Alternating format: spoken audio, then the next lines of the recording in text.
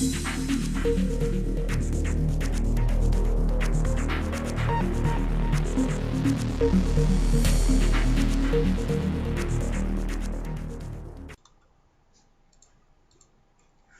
this is part 5 of the Sociology series. This will be on socialization. So what is socialization? It's the lifelong process of learning. Socialization is vital to the functioning of an individual, for society is continually changing, requiring constant adaptation. An example of this is an individual who grew up in the 1970s would function poorly if they did not adopt by learning about and using modern technology. There are several things learned from socialization. You learn the norms, you internalize values and morals, and you learn new social roles. Norms are learned early on in childhood, which include the folkways and mores of a society. Internalization, the process by which one adopts values of society. The social roles are the learning of how to act, think, and feel in a social role.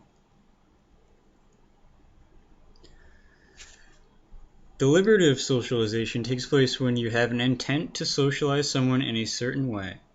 This is commonly seen when a parent lectures a child on the virtue of honesty and how not to lie. However, there is also unconscious socialization, which is when socialization takes place, but the intent is not necessarily there. Keeping with the previous example, after the parent lectures on honesty, the parent is observed lying the next day. So to the child, the parent's lecture on don't lie plus the observation of lying equals lying is okay. So your actions do actually speak louder than words.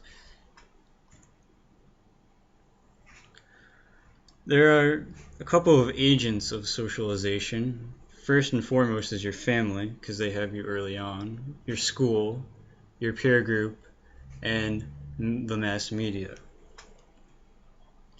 Family has the first access to the youngsters before formal schooling. Therefore, you have a strong early influence on norms, morals, and roles, which tend to last longer.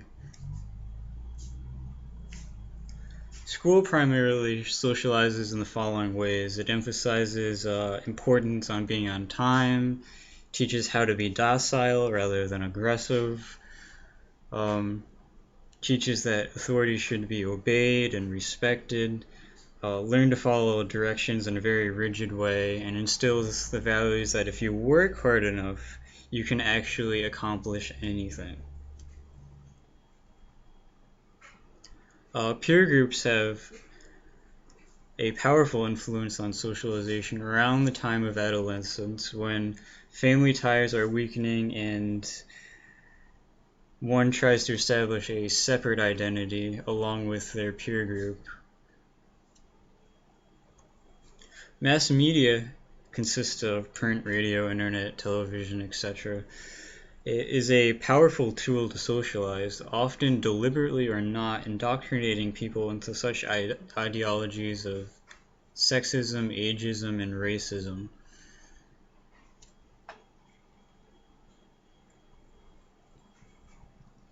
Now there's anticipatory socialization, and this occurs when you anticipate future roles, so you learn the behaviors and attitudes associated with that role in advance. There is also reverse socialization, when the young teach the old. For example, a child teaching a grandparent to use a computer.